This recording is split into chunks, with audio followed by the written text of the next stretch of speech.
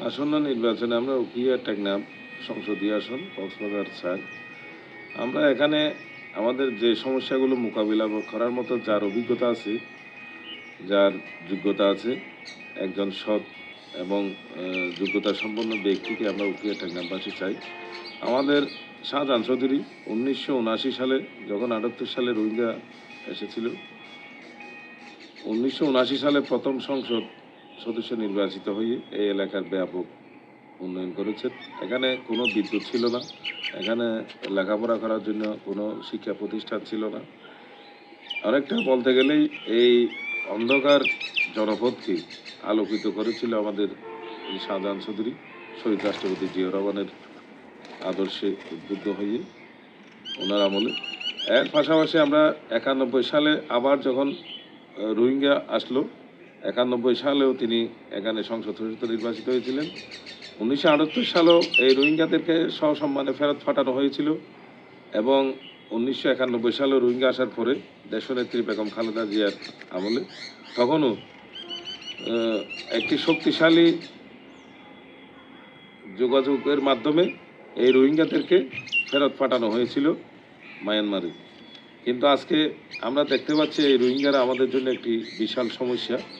এই সমস্যা মোকাবেলা করার জন্য আমরা মনে করি শহীদ রাষ্ট্রপতি জিয়াউর রহমানের যেই পথে অনুসরণ করে রোহিঙ্গাদেরকে দ্বিপাক্ষিক এবং বৈদেশিক নীতির মাধ্যমে যেভাবে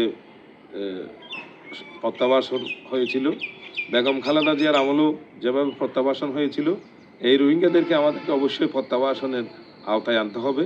না হলে এই উখিয়া টেকনাফবাসী একটি বোঝা, দীর্ঘদিনের একটি বোঝা, আইন শৃঙ্খলা পরিস্থিতি থেকে শুরু করে অর্থনৈতিক পরিস্থিতির মোকাবেলা করা আমাদের পক্ষে দুরূহ হয়ে যাবে। তাই আমরা চাই আগামী দিনে আমরা ধানের শীষ মার্কার প্রার্থী শাহজাহান চৌধুরী নির্বাচিত হলে আমাদের উখিয়া টেকনাফের এই যে বড় সমস্যা, এই সমস্যা লাঘব হবে। আমরা দিয়েছি, পরামর্শ দিয়েছি রোহিঙ্গারা যাতে তাদের নির্দিষ্ট ক্যাম্প এরিয়া থেকে বের হতে না পারে, কারণ এই নির্বাচনে দেশের জন্য অত্যন্ত গুরুত্বপূর্ণ নির্বাচন। রোহিঙ্গাদের যদি অবাধ বিচরণ হয় তাহলে একটা রোহিঙ্গাদের দিয়ে যে কোনো একটি নাশকতা, যে কোনো প্রকারের এবং বিভিন্ন জালভোট প্রয়োগের একটি আশঙ্কা আমরা প্রকাশ করি। এই জন্য আমরা মনে করি যে রোহিঙ্গাদের যে এরিয়া আছে সেই এরিয়ার ভিতরে এদেরকে সীমাবদ্ধ করে চলাফেরা নিয়ন্ত্রণ করতে হবে। পাশাপাশি কিছু এনজিও আমরা দেখতে পাচ্ছি একটি বিশেষ রাজনৈতিক দলের সাথে সম্পৃক্ত হয়ে আমাদের এখানে একটা ভোটের মাঠে একটি প্রভাব বিস্তার করার চেষ্টা করতেছে।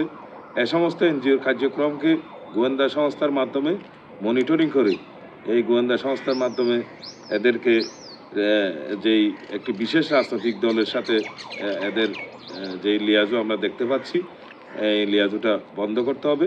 না হলে এখানে একটি প্রভাব বিস্তার রোহিঙ্গাদের মাধ্যমে হোক, এনজিওর মাধ্যমে হোক, একটি প্রভাব বিস্তার নিরপেক্ষতাপূর্ণ হবে এবং সুষ্ঠু নির্বাচনের প্রতিবন্ধকতা সৃষ্টি হওয়ার আশঙ্কা আমরা প্রকাশ করতেছি। না, আমরা মনে করি আমাদের দেশের যেই আইনশৃঙ্খলা বাহিনী আছে এদের শক্তভাবে দমন করার মতো অনেক যোগ্যতা এবং এদের জনবল আমরা দেখতে পাচ্ছি। আমরা আশা করি আমরা যেই আশঙ্কার কথা আমরা বলতেছি, এটা আমাদের আইনশৃঙ্খলা বাহিনী, বাংলাদেশ সেনাবাহিনী থেকে শুরু করে বিজিবি, র্যাব এবং পুলিশ সদস্য যারা আছেন, এপিবিএন সদস্য যারা আছেন, এরা কঠোরভাবে এটা নিয়ন্ত্রণ করতে পারবে বলে আমরা আশা করছি।